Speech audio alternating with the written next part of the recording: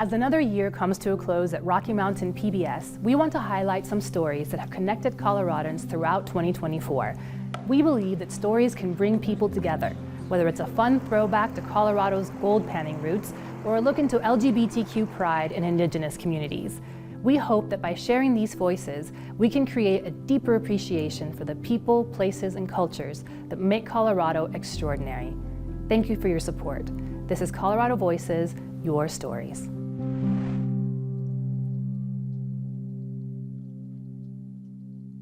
In Pueblo, a former gang member and prison inmate hopes kids will pick up a chessboard instead of something worse.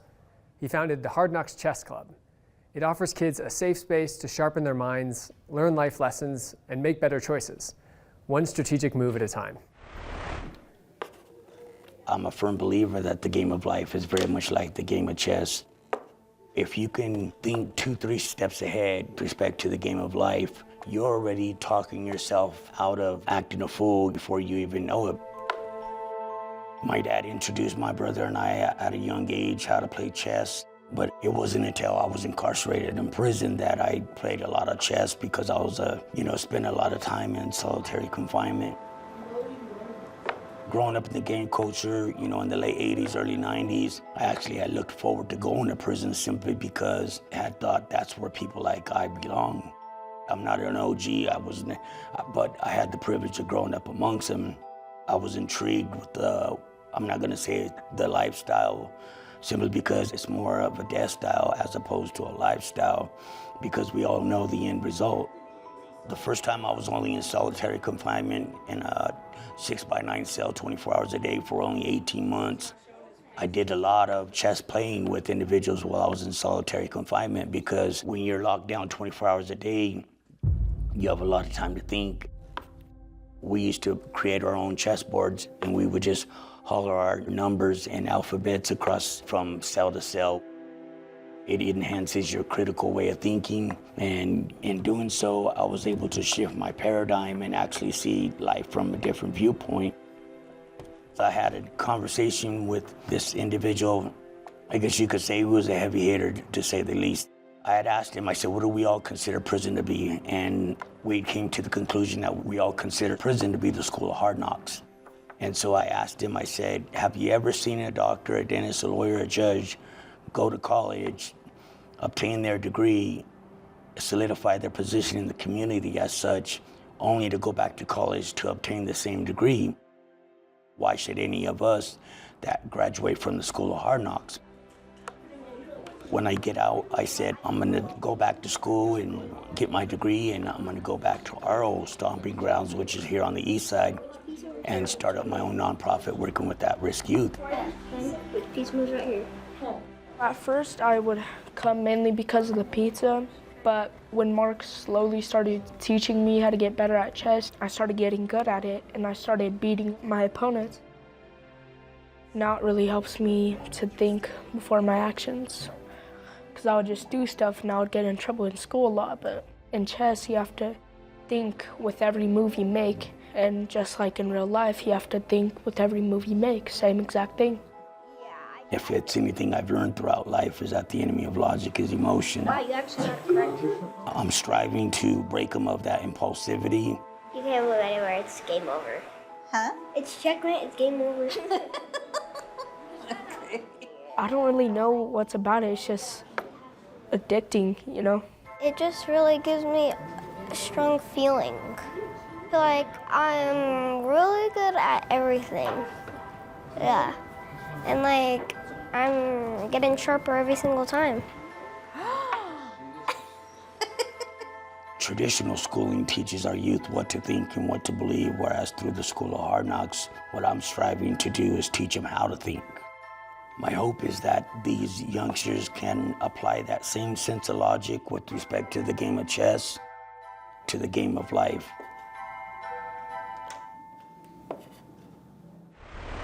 Think like a chess player, sting like a boxer. For an Aurora teen, boxing is more than a sport. It's a way to stay in shape, test his dedication, and pass on knowledge to the next generation.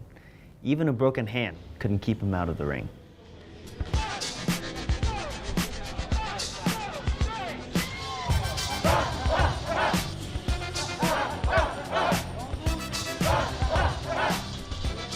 want to be the best. You know, I want to be so good that no one has a chance to say that this fighter is better than me or this fighter. You know, because by the time then that someone tries speaking about it, I'm already going to settle it.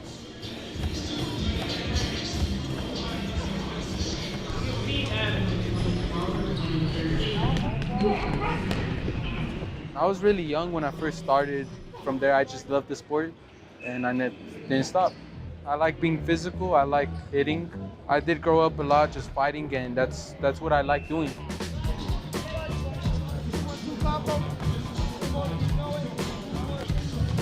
Nah, I started just in my backyard. There used to be kids in my neighborhood that were always getting into trouble. They would always see me training, running. So one day I told them, I was like, look, man, just come over to my house, bring out some shorts and some running shoes, and I'll show you guys how to box. The rest is history.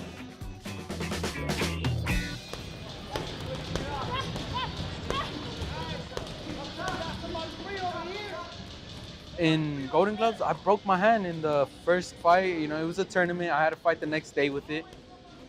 I broke my hand like in the third round.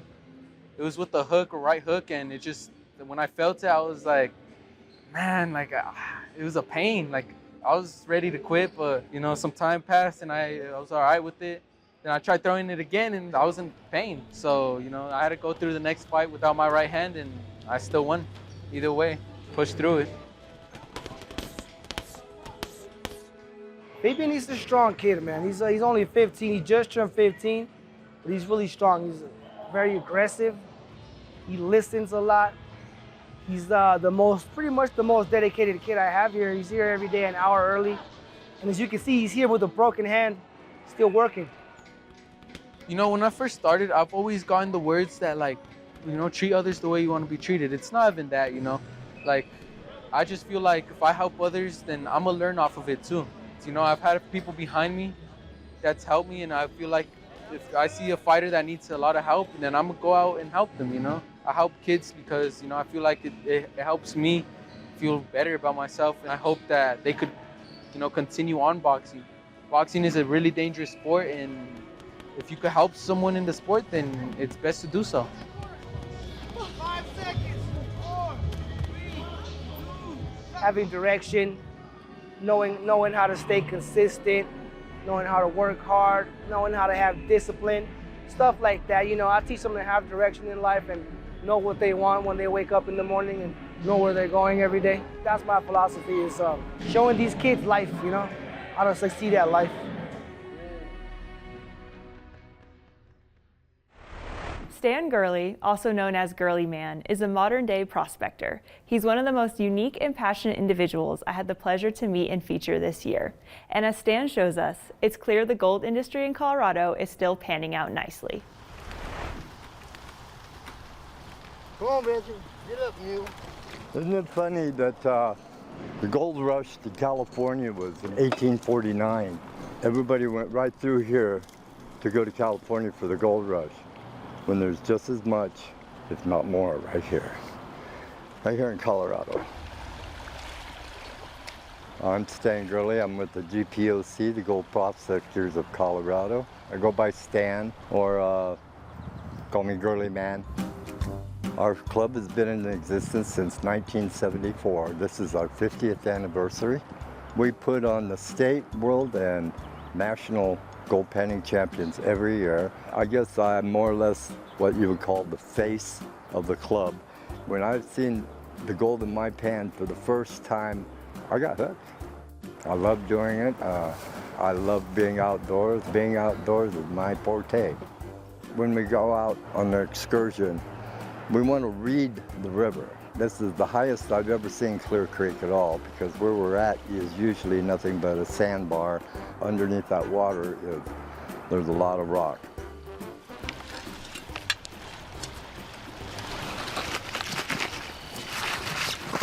And this is called classifying, getting the larger rocks out.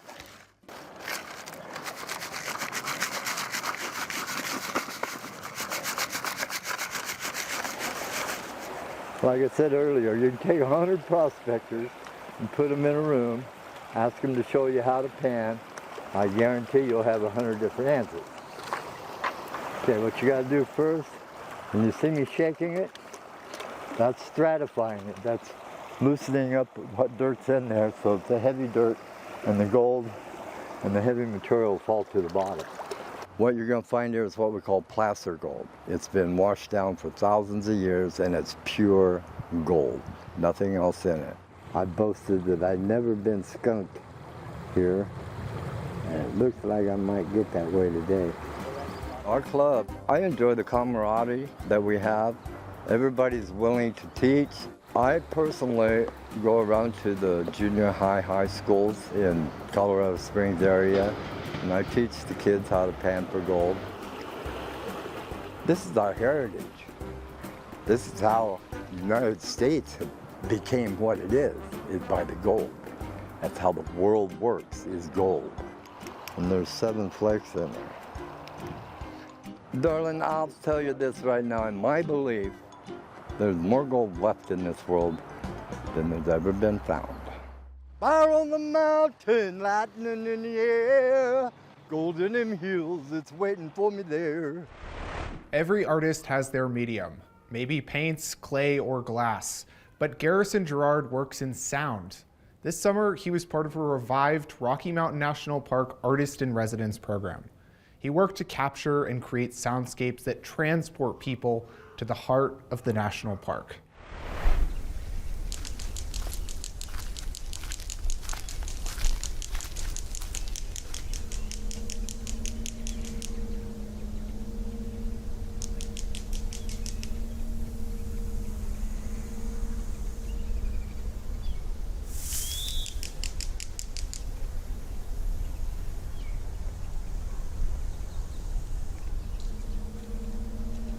The music I make is never going to be more beautiful or more complex than the sounds all around us. It's more that being in these places, being in natural spaces, puts my thinking and my mind in a different mode. I'm here in Rocky Mountain National Park, working here as an artist in residence. Our neighbors around the cabin probably think that I'm crazy. They see this person out with headphones on, wandering with like cables over rocks and stuff. Can't you just like, paint the scenery like all the normal artists do? I usually don't go into a trail with like, oh, I'm going for this specific sound. It's more just walking around and seeing, okay, what sounds do I hear?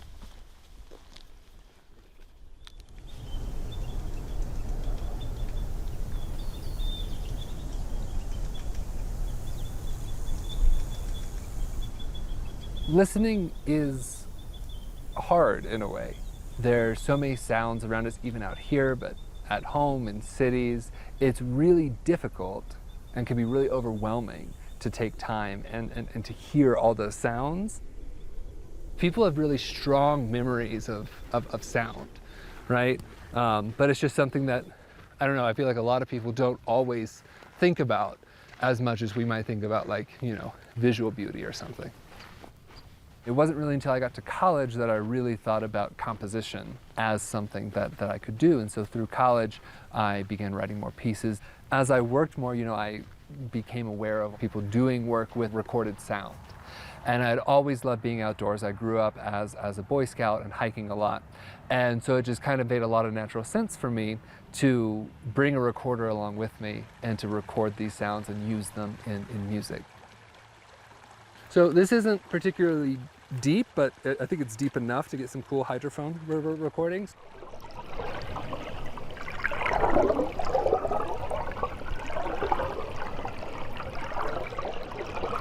You can play it like a whole piece, just moving around and just hearing the sounds of the different parts of the river and stuff.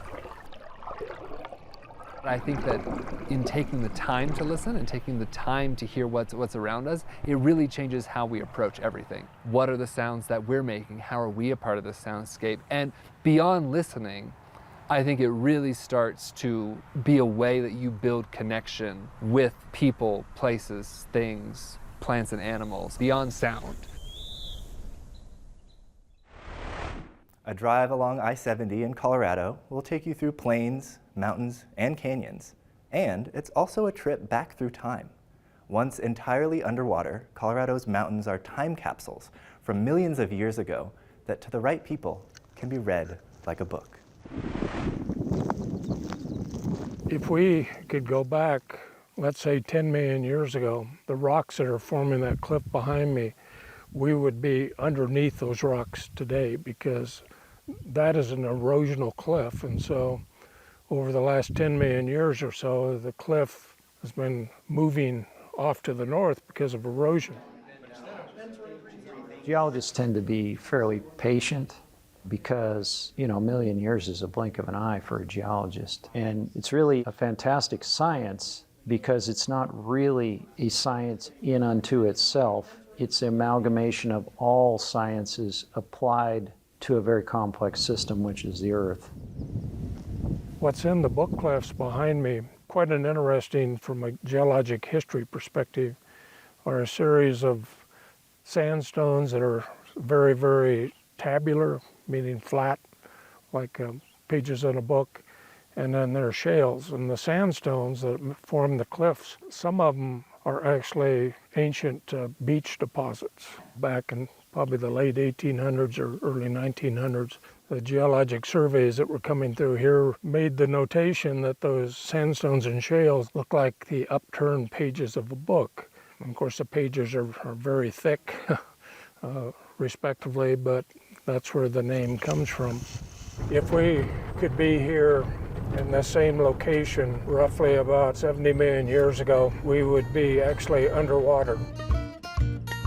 Back in what's called the Cretaceous period, this whole part of Colorado, in fact the whole Rocky Mountain region, was the site of a shallow seaway. And all of this Manka shale that you're looking at here was deposited as sea bottom mud. And so this Manka shale, which is by far the thickest sedimentary rock unit in this part of Colorado, it's about 5,000 feet thick, represents millions of years of sea bottom mud. How would you know it's sea bottom mud? The shale has a lot of fossils in it. And the fossils, they're squid-like animals and clams and they're shark's teeth. So the shale includes a lot of fossils indicative of how the original mud was deposited. The rocks on the top of the book cliffs up there are sandstones that what we call shoreline or ocean margin type deposits. And so you have deltas and you have beaches and you have incised canyons that got backfilled with sand. That's what makes the top of the book cliffs. But it didn't just happen once. The reason you have layers is because this is happening cyclically. Everything gets eroded eventually, and we just happen to be seeing the erosional edge of them.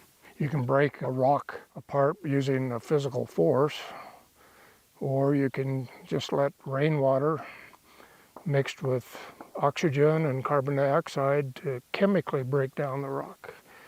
And so it's a combination of chemical and physical weathering. Yeah, everything that we're walking on is in the process of being destroyed, slowly.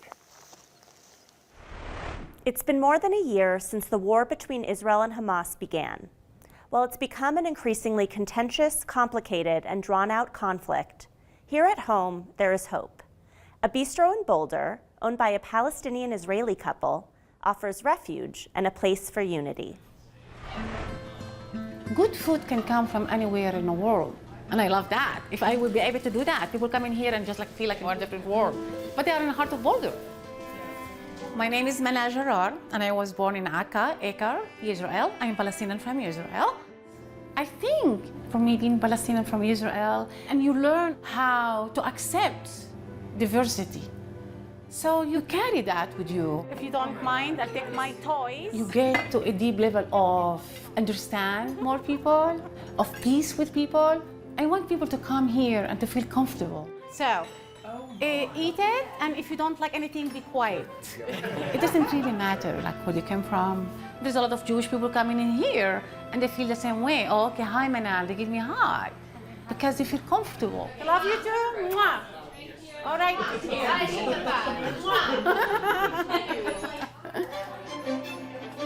I opened back in 2009, and I've been here for 15 years. It's a family business. My husband, Saeb, he helped me in a weekend, and sometimes during the week. Saeb, Chichu. It took me 3 years to open my cafe. kids at school, they will eat my children lunches, and then they want to be friends. Oh, your mom, she's a good cook or something like that. So I start doing like catering for family. It's like encourage me, you know. And then it just like come to me, okay, you know what? I'm gonna go ahead and open my own restaurant. And it's just like that, like a pure mind with no ideas at all. You go through up and downs, you go like good days, bad days, you know, but I built it and I'm still here because the passion of cooking. It's rewarding that you know that people love your food. It's fun. It's a success that you are doing something and people like it. And for me, I'm not comparing myself with other people's success. It's just the competition between me and myself.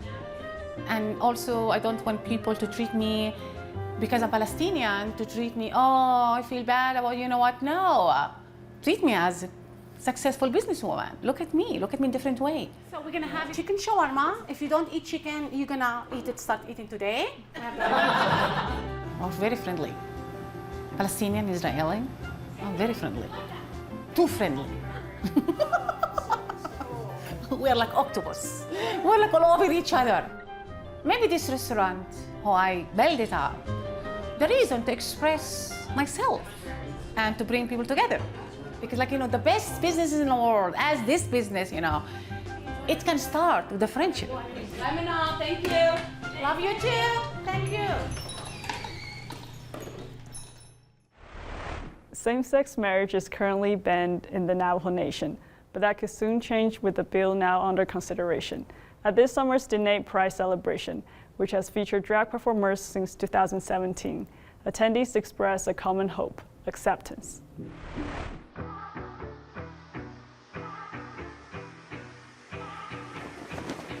Did I ever think that this would happen on tribal land? No.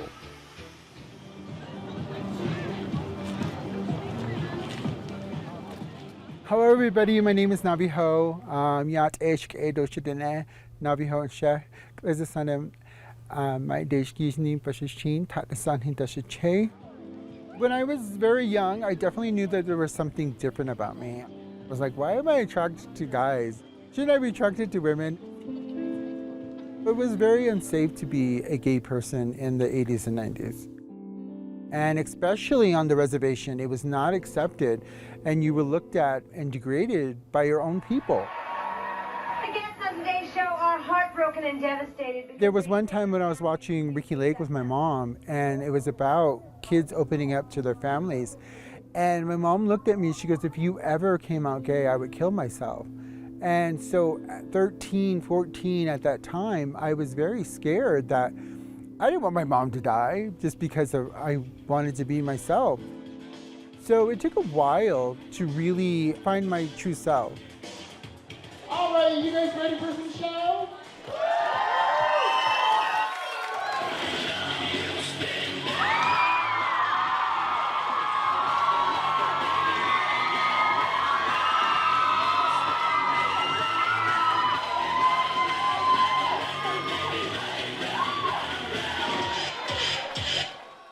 In the Navajo teachings, there's 5 genders, and one of the genders is called a two-spirit, or Nagle is the name. And it's basically an umbrella term of having both essences of the male and the female spirit. Many of the different tribes, the two-spirit person was like considered a shaman, was considered a medicine man or medicine woman or medicine person. And it was these individuals that the community would go to and say, I need advice, I need help. And they were the ones that helped their community understand what it meant to bring blessing, to bring love within the community. Currently here on Navajo Nation, there is a law that forbids same-sex marriages. We did get a lot of hate for having this event because of the threats and things like that that were happening. I was like, I wonder if people are going to be here. But we had the police here to help us. And obviously they felt safe enough to come out just like we do. Just to see the crowd was amazing. And the kids, oh my God, the kids. I just saw nothing but happiness, love, and just joy. I'm just hoping that the Navajo Nation will look in your tradition, look in your culture, to who we are. It's there, it's written. We're not just doing this for fun. It's doing this to help our families, help our friends, help our lovers. So treat us equally like you treat everybody else. After high school, when I got into college, I came to terms with myself and I said, I'm a gay person. And so I took my mom to her favorite Mexican restaurant and I let her order anything on the menu. And I just said, hey Mom, I'm gay. And she was a little shocked. She was a little upset, but she was, I will love you regardless. I love you for who you are and I would embrace you. Thank you for your continued support as we strive to connect Coloradans all around the state. You can see these stories and so many more on rmpbs.org.